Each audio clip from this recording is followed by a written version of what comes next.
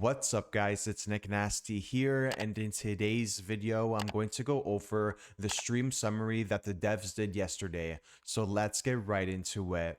There's going to be a 60-second cooldown on abilities at the beginning of matches, so they're trying to promote stealth and trying to nerf the rushing meta, but the rushing meta will always be in the game no matter what. The patch plus new characters plus map are coming on November 28th, which is the last Tuesday of November. So the new characters like Danny and Nancy, and the new map, which is Junkyard, plus the patch. I'm assuming the patch is going to be the 250 fixes they announced on the Muerto Times, but we'll see. And this is huge because we definitely needed content, especially new characters and map. So I'm definitely excited to see the new characters and map coming out on November 28th. When victims spam toolboxes or bone charms, noise will now follow them for a little while. So when you spam toolboxes or bone charms, there's a red notification that the family members can see. So now when you do spam toolboxes or bone charms, that notification will now follow you. And I'm really interested to see how this is going to work when the patch comes out.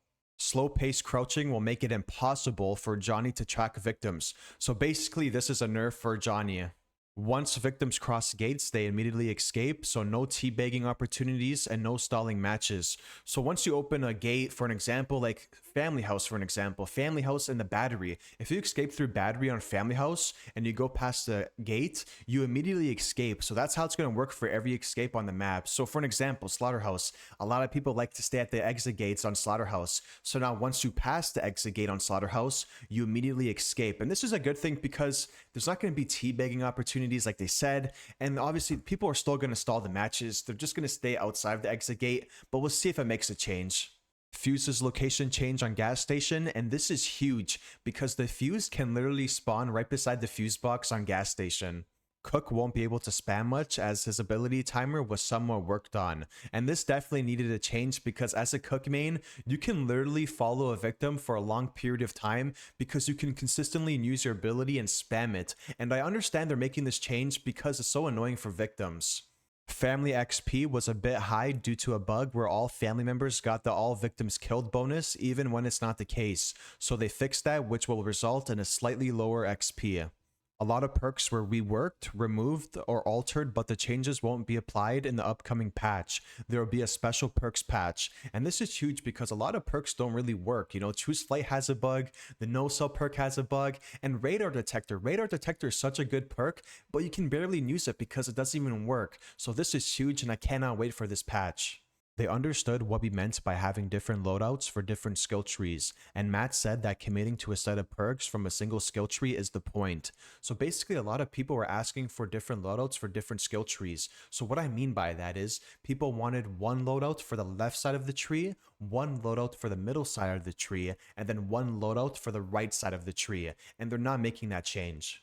The game stays the same without Leatherface, so no changes to barricades, no other family member will spawn in basement, and no alternatives to getting rid of obstacles. And in my opinion, I do believe you need a Leatherface on your team because he's the face of the franchise for a reason, and this is going to show you why you need a Leatherface on your team.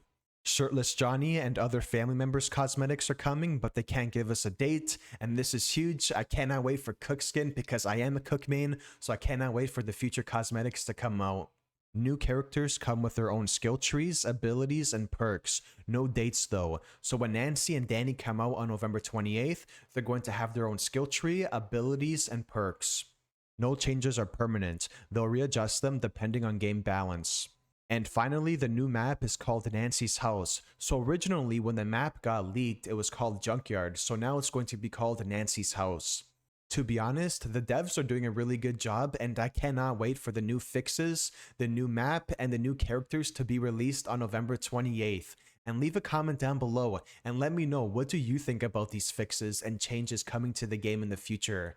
But other than that, this was the summary of the stream that the devs did yesterday, and I hope you guys enjoyed. So be sure to leave a like and subscribe, and take care guys, and have a good day.